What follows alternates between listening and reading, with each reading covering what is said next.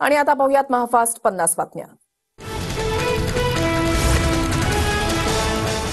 शिवरायांचा पुतळा कोसळल्याच्या निषेधार्थ आज मवियाचं आंदोलन। प्रशासनाच्या भ्रष्ट कारभाराविरोधात शिवरायांच्या पुतळ्याच्या ठिकाणी मोर्चा। जयंत पाटील, आदित्य ठाकरे, वडेट्टीवार सहभागी होणार। शिवरायांच्या पुतळ्याची योग्य देखभाल घ्यायला हवी होती। राज्य सरकारनं प्रकरण गांभीर्यानं हाताळायला हवं। मालवणमधील शिवरायांचा पुतळा कोसळल्याप्रकरणी भाजपच्या केंद्रीय नेतृत्वाची राज्य सरकारवर नाराजी। सूत्रांची माहिती। महाराष्ट्राच्या राजकारणामध्ये नवे चेहरे उतरवा, संघाचा भाजपकडे आग्रह। सूत्रांची माहिती। सध्याच्या नेत्यांसोबत इतर नेत्यांनाही प्रचारामध्ये उतरवा, संघाकडून भाजपच्या वरिष्ठ नेत्यांना सूचना। सूत्रांची माहिती।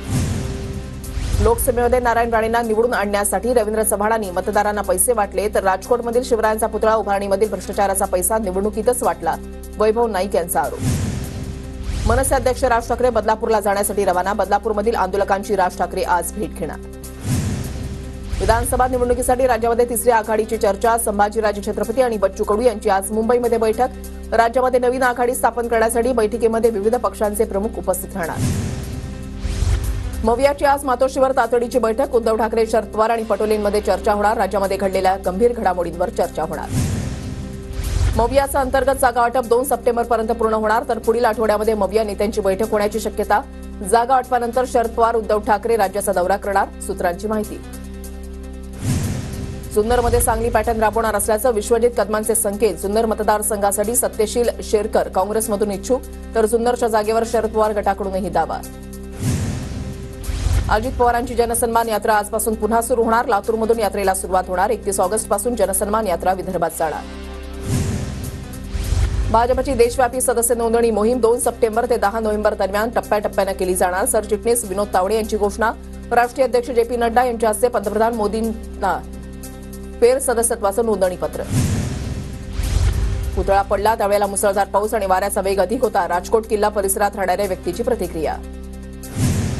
मंत्री आत्राम यांच्या शासकीय बंगल्यामध्ये शासकीय व्यक्तीकडून शासकीय बैठका। कराळे नावाच्या व्यक्तीकडून खात्यामधील शासकीय अधिकाऱ्यांच्या बैठका। अधिकाऱ्यांच्या संघटनेची मंत्री बाबा आत्रामांकडे तक्रार। बदलापुरात पुन्हा 15 वर्षीय अल्पवयीन मुलीवर अत्याचार। मुलीवर वडिलांकडून अत्याचार झाल्याची धक्कादायक घटना। बदलापूर पोलिसांकडून नराधमाच्या विरोधात पॉक्सो कायद्याअंतर्गत गुन्हा दाखल। रत्नागिरीमधल्या नर्सिंग कॉलेजमध्ये शिकणाऱ्या मुलीवर अत्याचार प्रकरणामध्ये एसआयटी स्थापन। विशेष तपास पथकामध्ये महिला पोलीस अधिकाऱ्यांची नियुक्ती। तांत्रिक तपासासोबतच अनेक पथकांकडून काम सुरू। वामन म्हात्रेंच्या अटकपूर्व जामिनावर तातडीनं सुनावणी घ्या। उच्च न्यायालयाचे कल्याण सत्र न्यायालयाला आदेश। म्हात्रेंवर बदलापूर इथे वार्तांकन करणाऱ्या महिला पत्रकाराशी अर्वाच्य भाषेमध्ये संभाषण करून विनयभंग केल्याचा आरोप। सचिन वाझेची जामीन याचिका नव्या खंडपीठाकडे। अंतरिम जामीन मंजूर करण्याची वाझेची याचिकेमधून मागणी।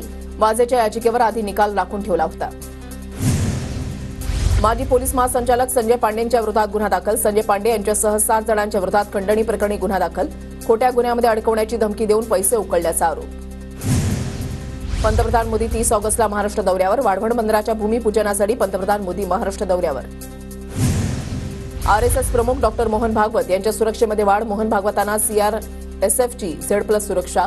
केंद्रीय गृहमंत्रालयाचा निर्णय। बदलापूर प्रकरणातील निलंबित शिक्षणाधिकाऱ्यांची उच्च न्यायालयामध्ये धाव। बदलापूर प्रकरणामध्ये निलंबनाची कारवाई राजकीयदृष्ट्या प्रेरित असल्याचा शिक्षणाधिकारी बाळासाहेब राक्षे यांचा आरोप। पैशांची गरज असणाऱ्या महिलांना 1500 रुपयाचं महत्त्व समजतं। लाडकी बहिणी योजनेवरून टीका करणाऱ्यांना सुनेत्रा पवारांचं उत्तर। मुंबईमध्ये दहीहंडीचा उत्साह सुरू असताना थरावरून कोसळल्यानं 238 गोविंदा जखमी। सध्या त्यांच्यावर रुग्णालयामध्ये उपचार सुरू। समृद्धी महामार्गावर पुन्हा भेगा। महिनाभरापूर्वीच महामार्गाची दुरुस्ती झाली होती। महामार्गाच्या निर्मिती आणि दुरुस्तीवर प्रश्नचिन्ह।